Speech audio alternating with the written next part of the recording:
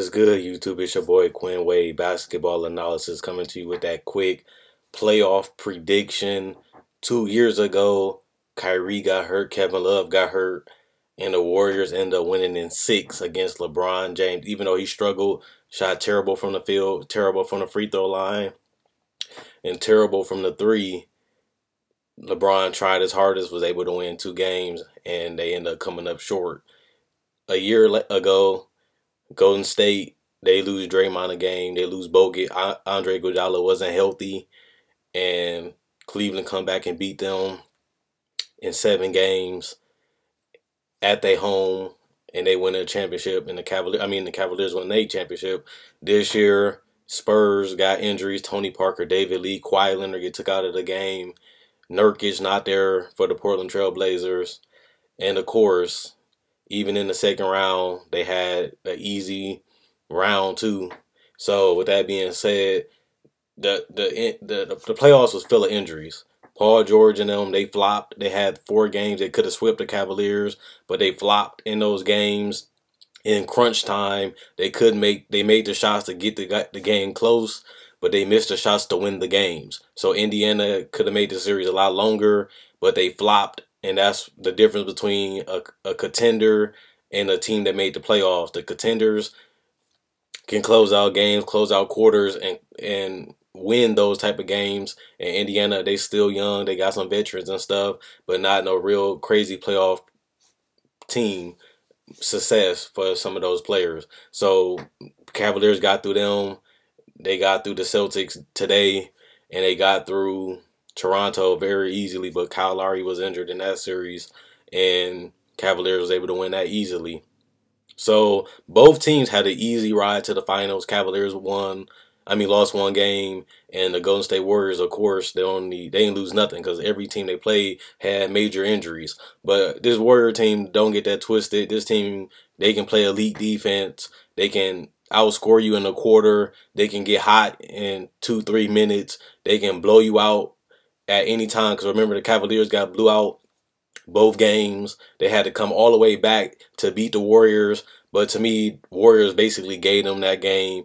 Just like against Memphis, the Warriors couldn't make no free throws or nothing. They basically just gave the Memphis Grizzlies that game too. So with that being said, this series is about pride. This series is about who's better. I don't really think these 2 teams are rivals, like I said, because what happened with Draymond, what happened to Andre Iguodala, what happened to Andrew Bogut, what happened to Kyrie, Kevin Love, is not really a rivalry because no team has really been healthy.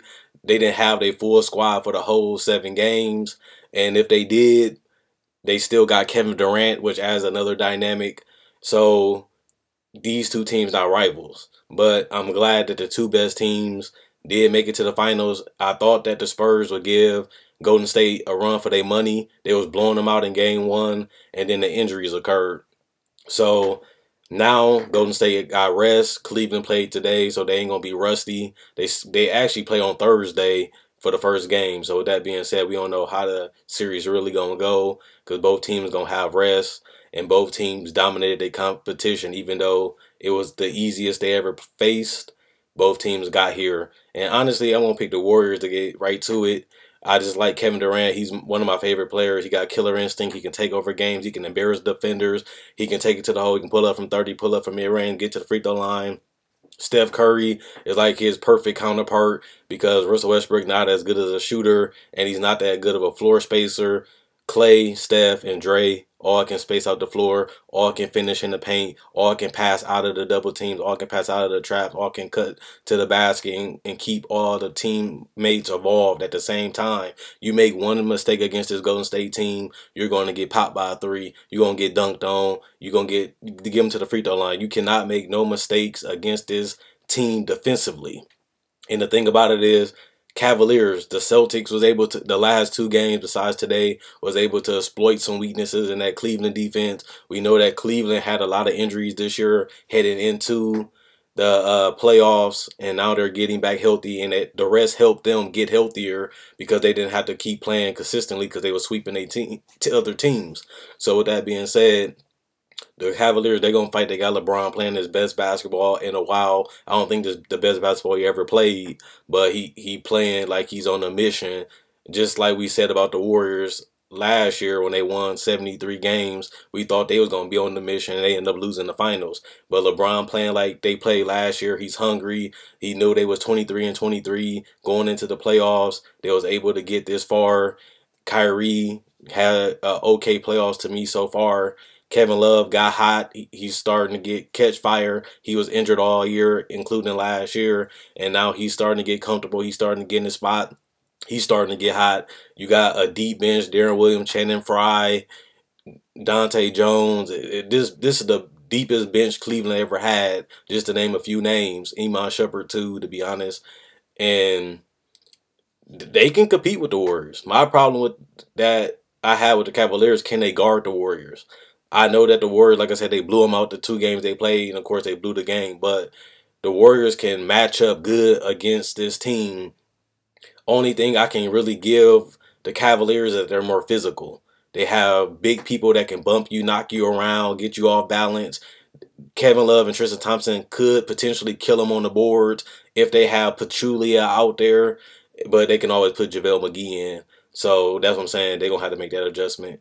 But Zaza not going to be able to keep up with Tristan Thompson. He's not going to be able to keep up with Kevin Love because they're more quicker, more athletic, and they got more bounce and sprint in their steps. So we'll see what happens with the rebounding.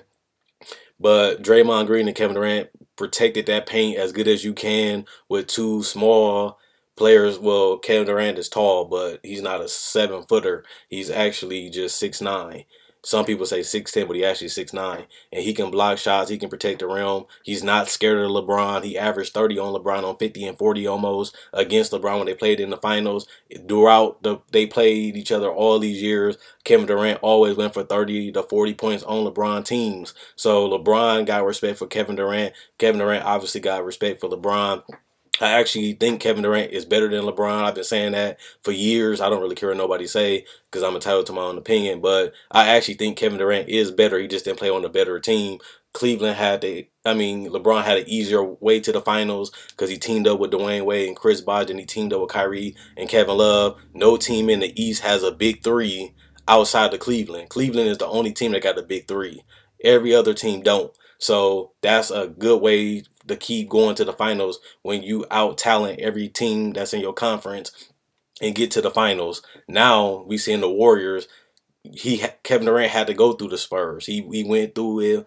He went through them in 2012, but then they lost James Harden. Russell Westbrook got injured. He got injured. Ibaka got injured, and then they never could get it going until last year when they lost against the Warriors. And they had to go against the Warriors this year to get to the finals, or the Spurs or the Clippers, but the Clippers was injured. But with that being said, we don't really know if the Thunder would even made it back to the finals in general. How hard the West is with the Spurs and the Warriors. So the Thunder probably never would have made it back to the finals. But since he teamed up with Steph Curry, Clay, and Dre, he has a shot at winning a championship. Kevin Durant haven't been to the finals since 2012. That's 5 years ago. So that alone just lets you know how hard it is to get to the finals out of the West.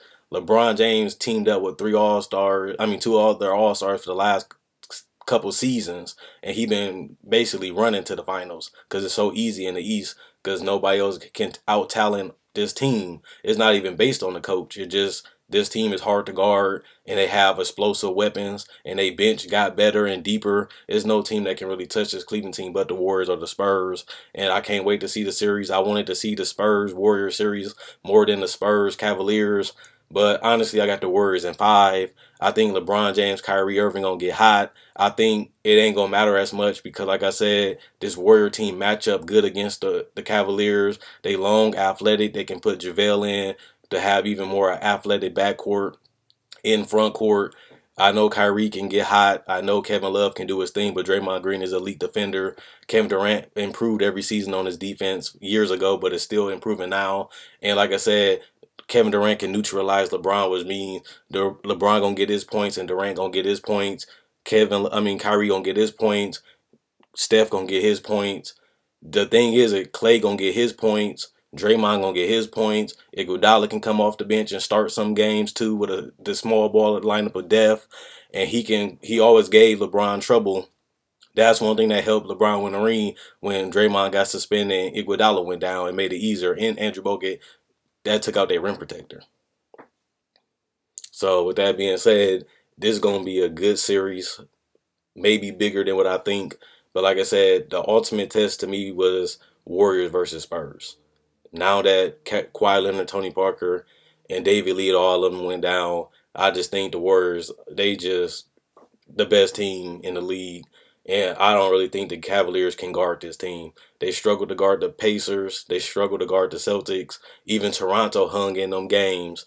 George Hill got injured too in that Utah series, and they was able to hang in the last two games.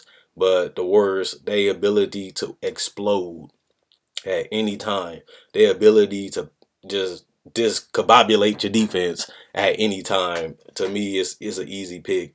Warriors in 5. Let me know what you guys think. Let me know what the matchups you want to see, who you think gonna win, how many games they gonna win. Check out my website, analysisplayground.com. It'll be in the description, in the comment section below. Also, like my Facebook page, analysisplayground.com. That'll be in the comment section in the description below. That's just to show support. So if you like the Facebook page, you just showing support to me. That's all I need from you guys. And just continue to watch my videos. Hope you enjoyed the video. And at the same time, we all want to see KD get his ring.